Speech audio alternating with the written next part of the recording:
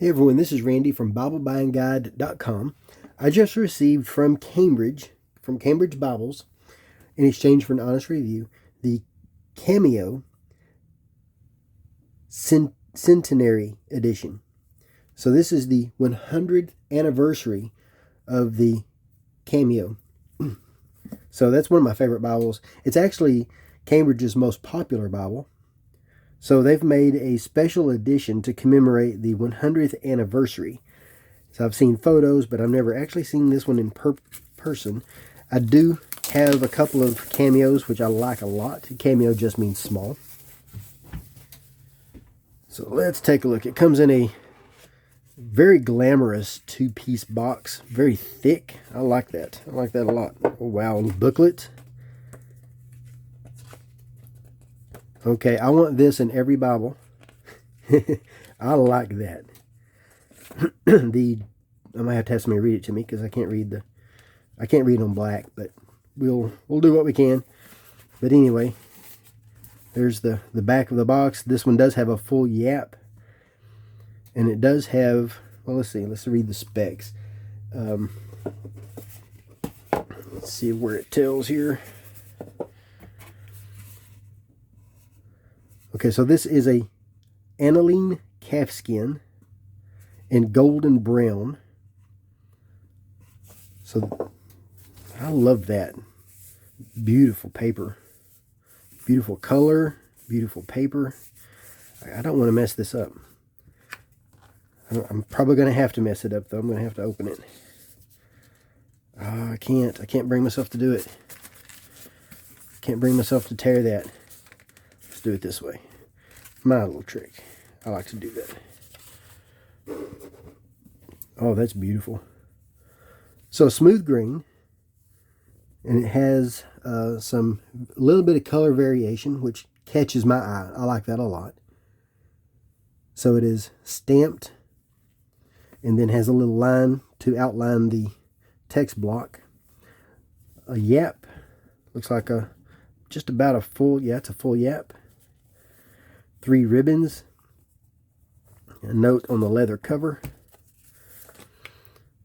Your centenary edition of the Cameo uses the finest materials and is printed and hand-bound with the greatest care and skill.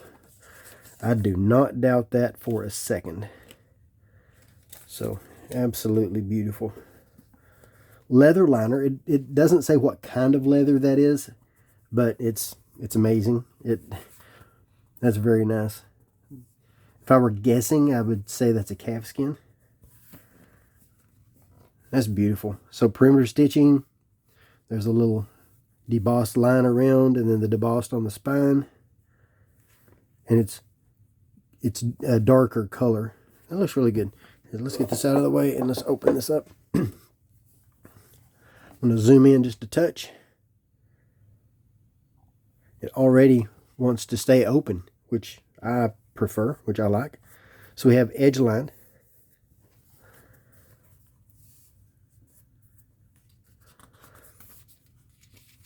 Presentation page for the thick end sheet. And this is the really popular paper that's used in many of the premium editions from Royal Youngblood or from Youngblood. Cameo. Pronunciation marks. So it's typeset in 8-point petite medieval Clarendon 1159. Very popular typeface. That was used, I saw in their video recently that was used in the American Wild West wanted posters. Interesting. It's a very pretty typeface. I like that typeface a lot. If I remember correctly, it was the first one to be copywritten. To have a copyright. So there, the King's printer. Paper. There's the French paper. So this is the 28 GSM French paper. Printed in the Netherlands by Royal Youngblood.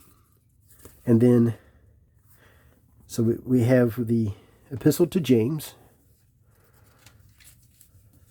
Epistle Dedicatory. And then we get straight into the text. So there is the art gilt edges. Looks really good.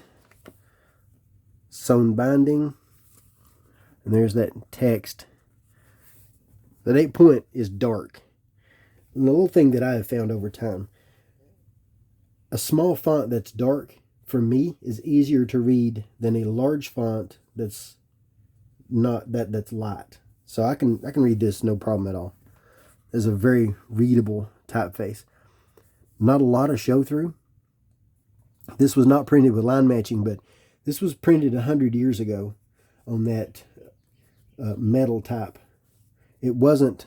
It was done at a time when there wasn't a lot of show through in the paper, so line matching wasn't needed. Center column reference. It does have a lot of space between the words, some space between the lines.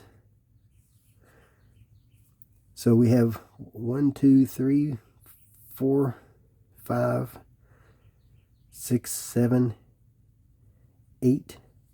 8 verses for Genesis 1 for the references. So quite a few references there. It doesn't have as many references as the Clarion or the second edition Pitt Minion, which uses the 45,000 Zondervan references. So I think this has, I'm going to say 44,000 or less, probably between 40 and 44,000. Just a guess, but that's what I think. And then it also has the footnotes within the references. So center column references, and they do seem to be near the verses they go to, which I prefer. So G is down here instead of compacting all that up here and then G being up there and you have to find it. It's next to the verse it goes to. I like that. Now this one also has pronunciation marks, and it gives you a guide in the front showing you how to use the markings, which I like.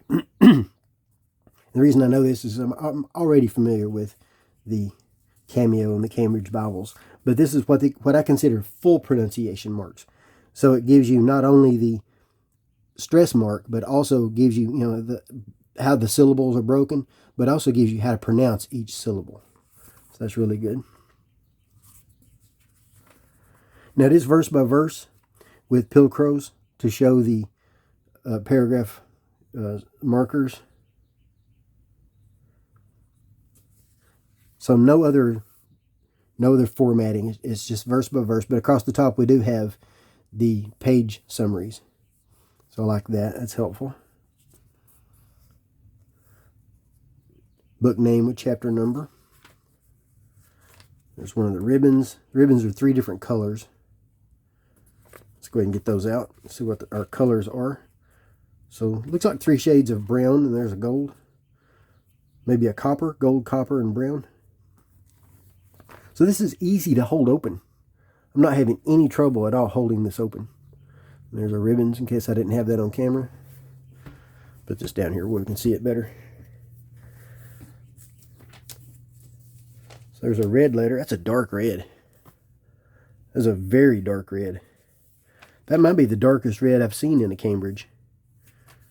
Yeah, that is the darkest red I've seen on Cambridge. It looks really good.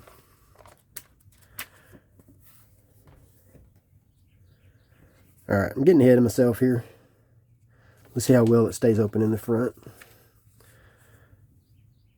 Okay, I'm not mad at that at all. That's Genesis 11, and it's staying open really easy. I'm not having any trouble with that at all. So Genesis 1, it's not going to have much trouble. Paper is not too difficult to grab and turn. I can work with that. I can work with that easy. Yeah, that's good. I like that a lot. Good dark, consistent font all the way through. That red surprises me. I like a dark red. That's a good red. I do see a little bit of color variation. This is darker than this. So I do see some variation in there. But, I mean, it's still dark. We're still looking at a dark font, a dark color. That's the lightest I've seen. And that's still dark. That looks good. So this is, yeah, that's nice. This looks good. I like this a lot. This is a good Bible for carrying anywhere. For preaching, if you don't need a giant print. This is especially good for evangelists, especially good for carrying to church with you. Let's see if our red letter covers through Revelation. Usually does not. And the reason for that is they wanted to have the words of Christ in red while on earth. I personally prefer it to be read all the way through. But I do understand that this is the way it was made when it was made 100 years ago, and they're sticking with that. So there's our concordance. Now, Cambridge has a great concordance. They always have. It's an excellent concordance. One of the best out there. One problem, though, I have is that it is in paragraph. So it's hard to find what you're looking for. But I don't have to reference the concordance that often. So that's okay. But it is a little bit more difficult to use than having it as a list. So let's see how many we have here for God. So God starts here. It goes all the way here. Something around the line of 50, 58, if I remember correctly. Just going by memory, so don't quote me on that. But quite a few there for God. So this is a big concordance. Really good. It's the same concordance you're going to find in all the other Cambridge KJVs outside of the Clarion and the Pitmanion. So Bible maps. So the Topaz, the Turquoise, and the Concord have the same concordance. Color-coded map index helps you find things really easy. I like that a lot. And it does tell you what the color code stands for. Here in the front. Right there. This looks nice. From the photos, I wasn't 100% sold on the brown with the red. But in person, this looks better to my eye. So I was thinking I was going to say I didn't really care for the red, but I'm okay with that red. I like that a lot. That looks better in person. A brown may have been a better choice. I don't know. But it still looks good. It looks better than I expected. I like it a lot. So here are the maps. 16 maps. 16 pages of maps. I like the Cambridge maps. They're colorful, detailed, easy to read and use. I like that a lot. These are some of my favorite maps. A lot of information on there. A lot going on. So if you're into maps, the Cambridge maps stand out a lot to me. All right, let's look at the size and weight. Now, I'm giving you the size for the overall size, simply because if you buy a case to put this in, that's what you need. And that's 5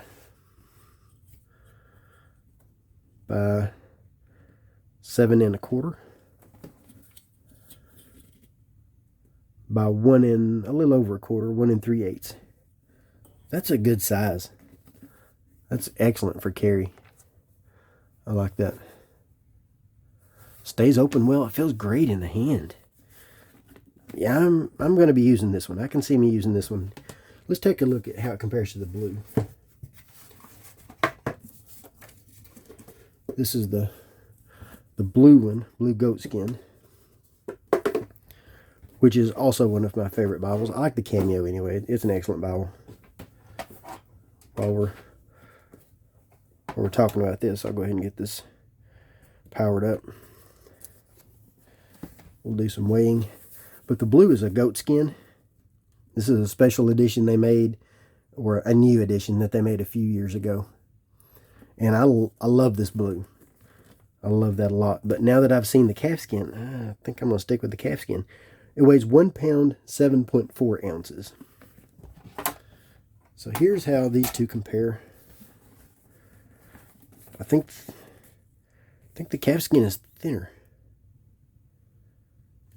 I don't understand how, but the calfskin is thinner. I don't think either of these, this one doesn't for sure. I don't think they have the Apocrypha. I did not check on the other one. We'll compare that red in a minute. So no Apocrypha there. This one should not have the Apocrypha. There's no way it can be this thin. I don't know what they've done to make it thinner, but it is thinner. Yeah, there's no Apocrypha there. Some of the references do include the Apocrypha. So not all of the references are usable, but that's very few. Not many, very few. But anyway, let's take a look here. Let's go to, let's see, 1106.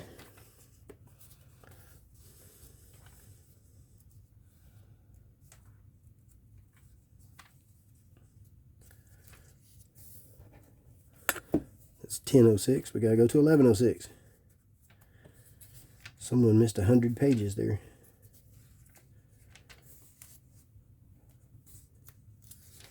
There we go. Do it what I like to call the right way. So here's how these two compare. So they look the same. Seen one, you've seen the other as far as the text block goes. And that's a good thing. They didn't change something that didn't need to be changed. So let's look at the red.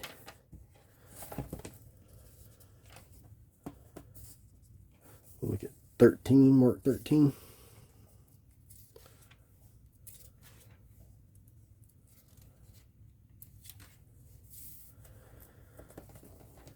Here's how the two compare. I think the red in both are dark. No question about that. But from my eye here, I'm going to say the red in the new one is better. It's darker. Better is a difficult word, but a little bit darker. I don't know. They look about the same, to be honest, but I'm going to lean more toward the red in the Centenary. That's not a word I say a lot. Centenary. Oh, that's beautiful. So we have yap versus no yap, and that's personal preference, to be honest. I don't mind one way or the other. I hold it like this anyway, so it might as well have a little bit of fold over, and that's what you're going to get here. This one does feel like it protects that page edge a little better. If I can have one or the other, I want the Centenary. It's just beautiful. I love that. Yeah, I like this. So I'm going to place some links in the notes so you can make a purchase if you're interested.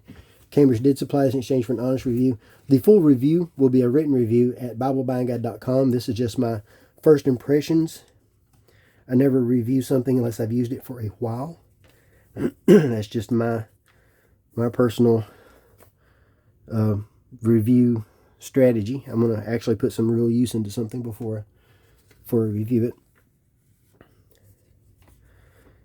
But I didn't want you to wait to see this. This is worth looking at. Oh yeah, I'm liking that. No glare under direct light. This page feels like silk. It's just beautiful. So I'll place all the links I mentioned, and then I just recommend buying this thing. This is beautiful. I love this. So my thanks to Cambridge for supplying this in exchange for an honest review. I love that paper. If you have any questions, you'll probably find the answer at BibleBuyingGuide.com for the written review. But my first impressions is this is a gorgeous Bible, and I'm going to be using this a lot. If you have any questions, let me know. Thanks.